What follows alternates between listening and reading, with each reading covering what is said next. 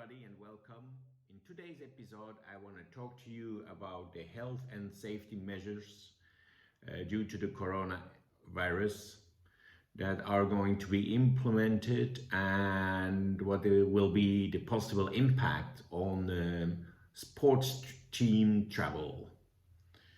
At the moment, as we all know, the world is basically remains grounded and everybody prepares for the time when we are able to travel again.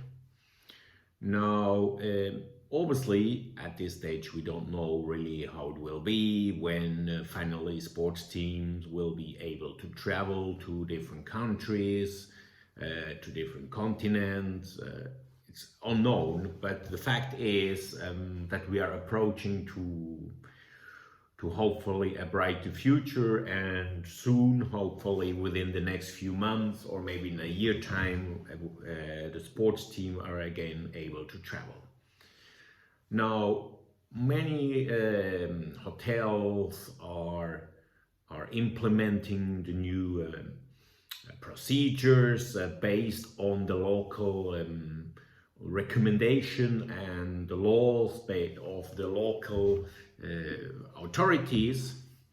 So what we have is, in one side we have the local law that a hotel, for example, or a transportation company has to follow, and then there are the recommendation.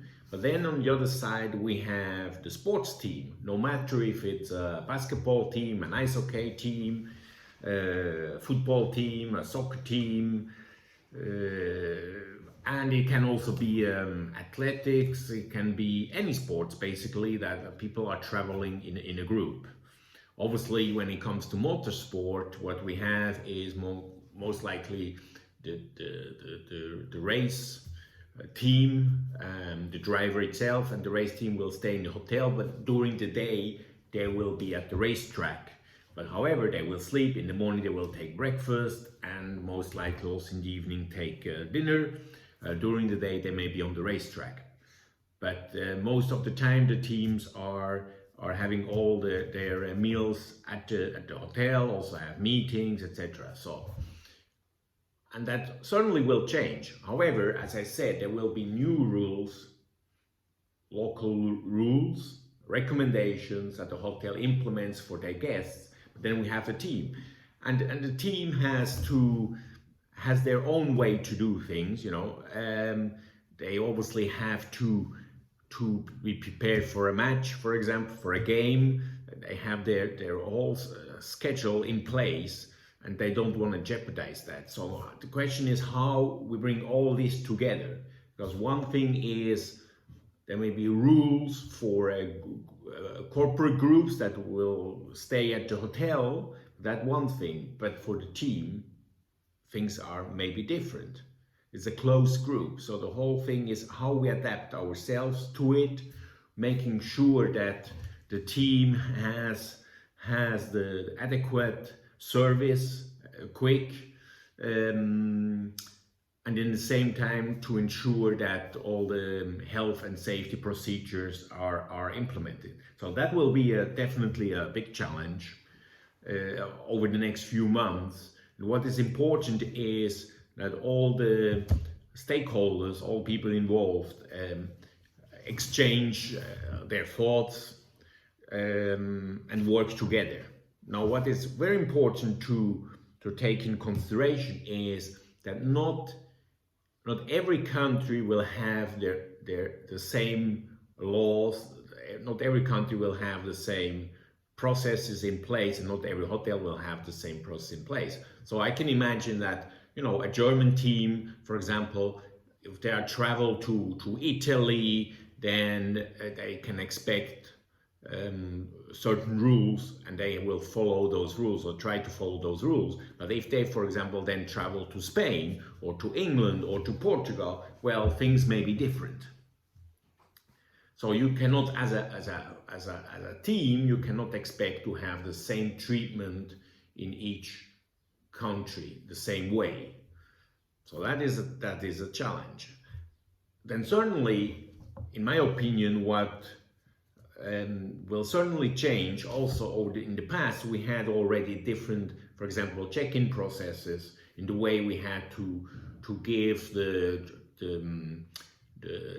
guest information, passport information, etc. Everybody had to check in. The group in certain places you had to check in. All together, the group has, and only then receive the keys.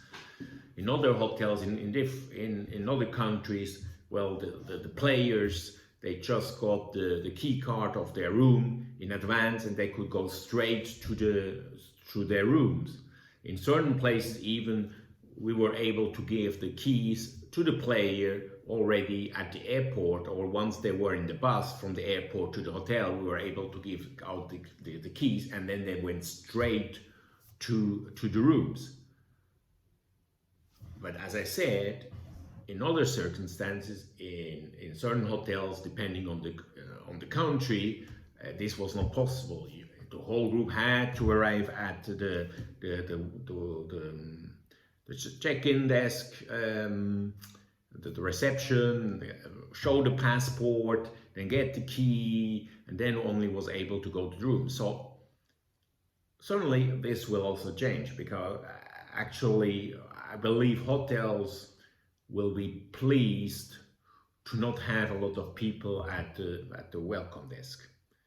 So and then that the players can go straight to the rooms. In other places, for example, then I believe that many teams will insist that all the players stay on one floor in exclusivity. So even if, for example, a floor has 50 rooms, but they just need 30 rooms, they will book the whole 50 rooms for them, just to make sure that all the cleaning happens at the same time, and not other guests will come to the same floor. Obviously, for professional teams, most of the time this already happened before, but I believe there will be an enforcement on that. Now, and what I said, and I think it's important, I got emails from hotels putting all their measurements in place, what they are doing.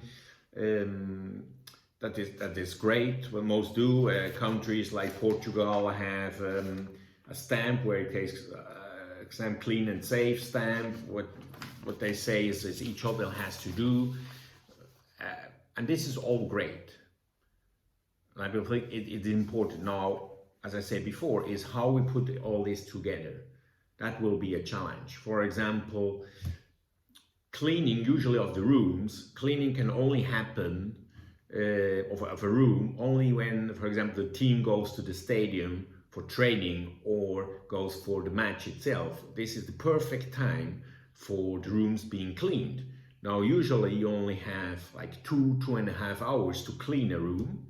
So, and if you have 50 rooms, to clean that in 2.5 hours, the hotel needs to have a full team in place to clean. And now it will take 50% longer to clean a room. So there will be a huge challenge to it. And it goes on and on and on that. And I think this is something that we have to take in consideration. And in the next episode that I will come out, I will talk about the team arrivals at the hotel, what will be the implication, and where I think there are some key points that we have to discuss around it. The check-in process, as I said before, is a point. The room service and the cleaning, that is one. So this is a video I want to do around that one.